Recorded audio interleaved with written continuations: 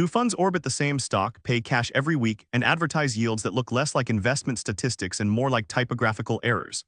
But one is built to benefit from inverse exposure to Coinbase, while the other seeks twice Coinbase's daily price performance. That means FIAT and COYY are not two flavors of the same income fund. They are opposing machines connected to the same volatile engine. And here is the autopsy finding that matters. The fund with the larger advertised yield did not produce the better distribution-inclusive result in the data provided. Both funds delivered enormous amounts of cash. Both also suffered devastating damage to the capital underneath those payments. So today we are putting FIAT, the Yield Max Short Coin Option Income Strategy ETF, head-to-head against COYY, the Granite Shares Yield Boost Coin ETF. We are going past the billboard yields to examine the plumbing. What each fund actually holds, how it manufactures income, what happened to net asset value, and how much of the apparent payday survived once the whole package was counted. Start with FIAT, launched by YieldMax on July 9, 2024. FIAT seeks current income while providing inverse exposure to Coinbase ticker coin with a cap on its potential gains. In plain English, this is the fund for a strategy that wants Coinbase-related downside exposure and option income, but without simply shorting Coinbase shares inside the portfolio. The machine is an actively managed synthetic covered put strategy. Synthetic matters because FIAT is constructing its economic exposure through derivatives rather than building the portfolio around a conventional stock position. Its reported holdings include United States Treasury bills at 61% and the First American Government Obligations Fund, ticker FGXXX, at 10%, plus 2 call options and 3 put options that the fund writes for premium income. Think of the Treasury collateral as the concrete floor and the option positions as the machinery bolted to it. The collateral provides backing. The derivatives create the Coinbase-related exposure and collect premiums. FIAT is therefore not a plain bond fund, even though government securities dominate the holdings list, and it is not a plain Coinbase short.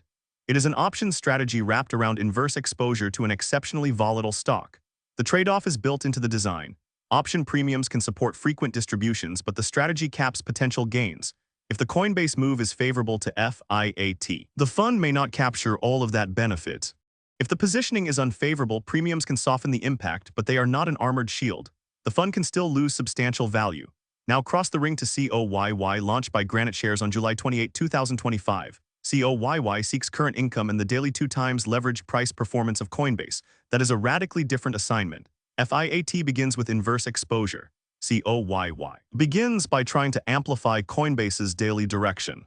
COYY reports United States Treasury bills at 86% and US dollars at 17%, plus 6 put options that the fund writes for premium income. Again, the large cash and treasury presence should not fool anyone into treating this as a sleepy parking place. The economic action comes from the derivatives. The fund uses that structure to pursue leveraged Coinbase exposure while written puts generate option premium. That daily 2x objective is especially important.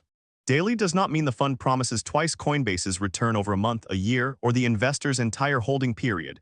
It describes the target for each trading day. As daily moves accumulate, the path matters. A smooth directional move and a violent back-and-forth journey can produce very different outcomes, even if Coinbase eventually reaches the same destination.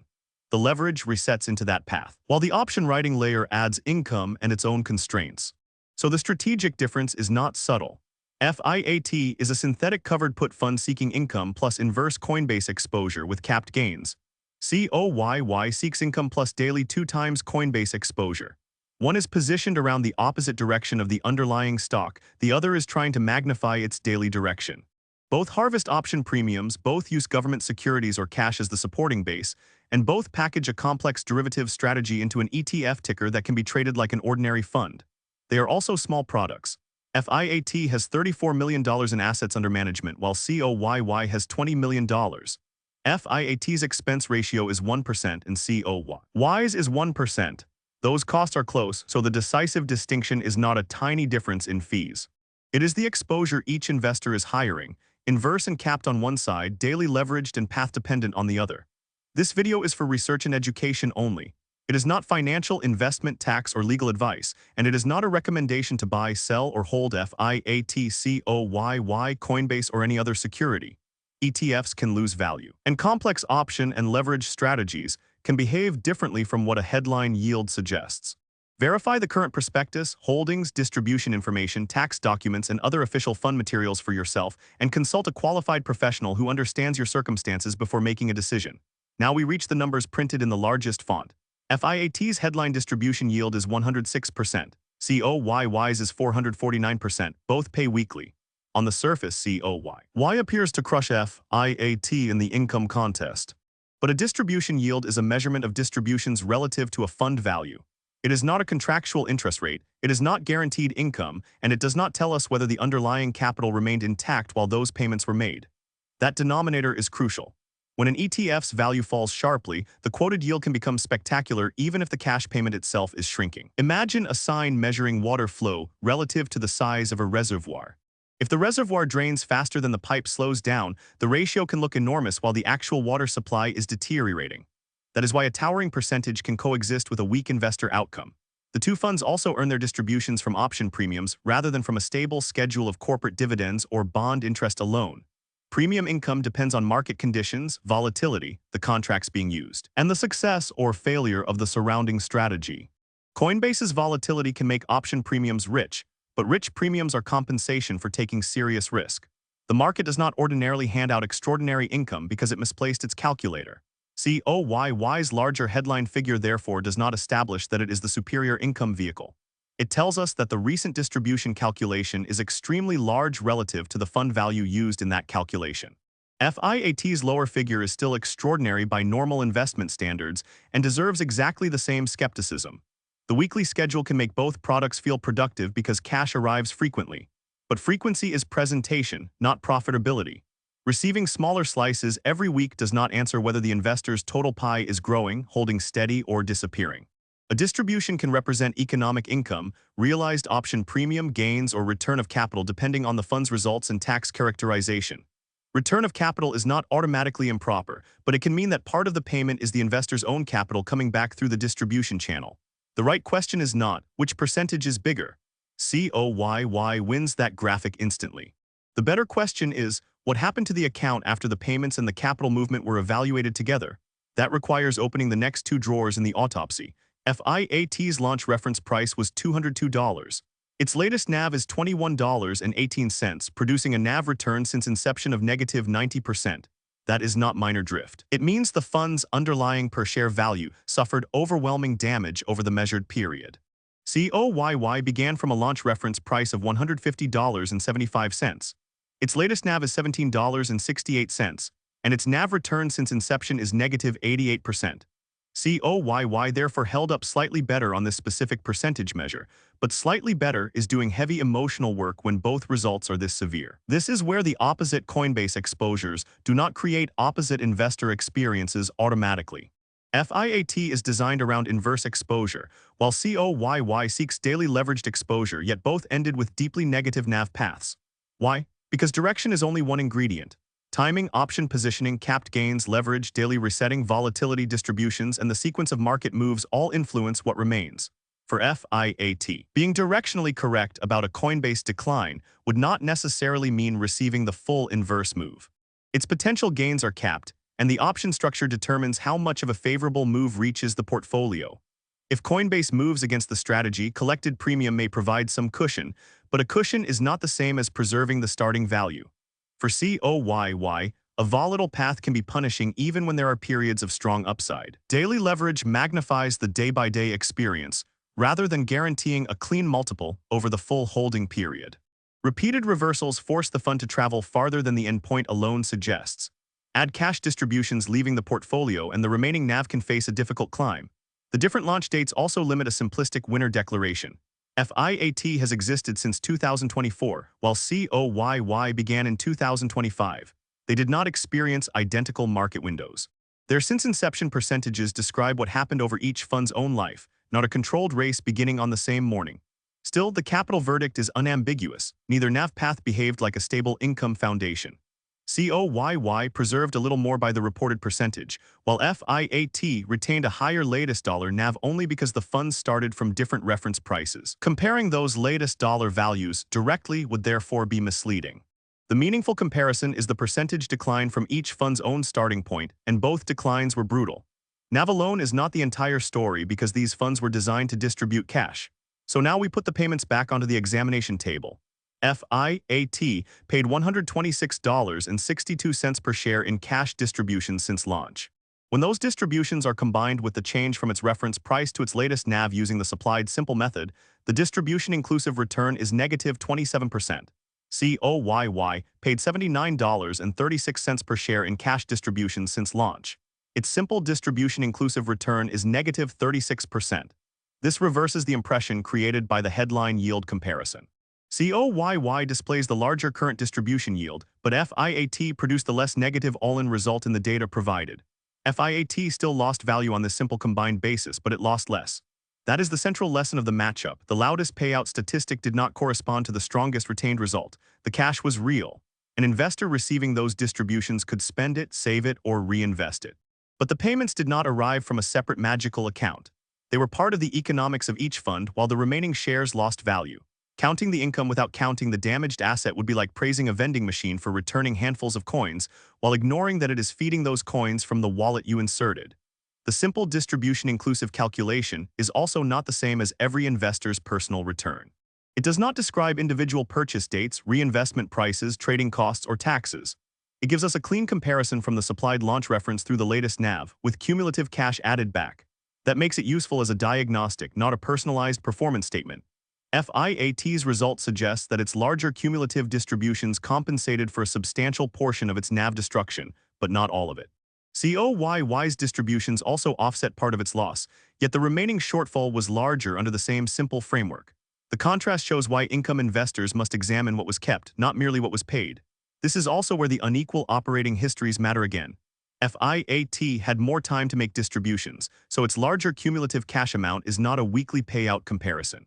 The fair conclusion is narrower. Across each fund's own supplied since launch period, FIAT delivered the better simple distribution-inclusive outcome while neither produced a positive one.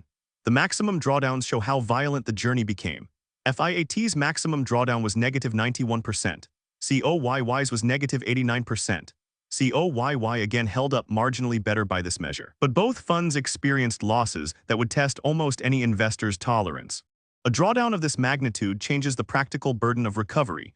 It also creates a behavioral risk. Investors may be tempted by an enormous quoted yield precisely when the remaining capital base has already been crushed. The distribution trends add another warning. FIAT's first 4 distributions averaged $14.85 per share. Its latest 4 averaged 33 cents. COYY's first 4 averaged $4.48 per share, while its latest 4 averaged 26 cents. Those are not gentle reductions. In both cases, the recent payment level was dramatically below the opening average. FIAT began with the larger average payment and still has the higher latest average, but its decline from the opening sequence is also visually more extreme. COYY started lower and finished lower. Neither history supports treating the initial payments as a dependable weekly paycheck. This is a common trap with young derivative income funds. Early distributions can be influenced by the fund's starting value, the volatility environment, and the first option cycles. Extrapolating those early payments far into the future assumes that the market conditions, portfolio value, and strategy results remain favorable. The supplied trend shows why that assumption is dangerous. The funds then layer different forms of strategic risk onto that unstable distribution base. FIAT carries the risk of being on the wrong side of Coinbase's direction while also surrendering some favorable upside through its cap. COYY carries leveraged exposure and daily path dependency, which can make choppy trading particularly destructive. The same volatility that helps create attractive option premiums can also injure the position generating those premiums. There is concentration risk as well. Although the balance sheets display treasuries and cash-like assets, the economic thesis revolves around one company, Coinbase. A regulatory development, cryptocurrency market shock, earnings surprise, or abrupt change in investor enthusiasm can move that stock sharply. Neither fund offers the kind of business diversification suggested by a broad financial sector portfolio. Small asset bases can add practical concerns, including trading liquidity and the possibility that the issuer eventually decides a product is not economical to maintain. The provided figures do not tell us that either outcome will occur, but $34 million and $20 million are reasons to inspect current spreads, volume, fund documents, and closure policies rather than assuming permanent scale. Finally, taxes can change what income means to the person receiving it. Option-driven distributions may not receive the same treatment as qualified corporate dividends, and return of capital classifications can affect cost basis. The current tax documents, not the size of the deposit, determine the relevant characterization. FIAT and COYY are different tools built for different market views, but neither should be judged as a conventional income ETF. FIAT is the more defensively framed of the pair only in the narrow sense that it seeks inverse Coinbase exposure rather than daily 2x participation. Its supplied all-in result was better, and its cumulative cash payments were larger over its longer life.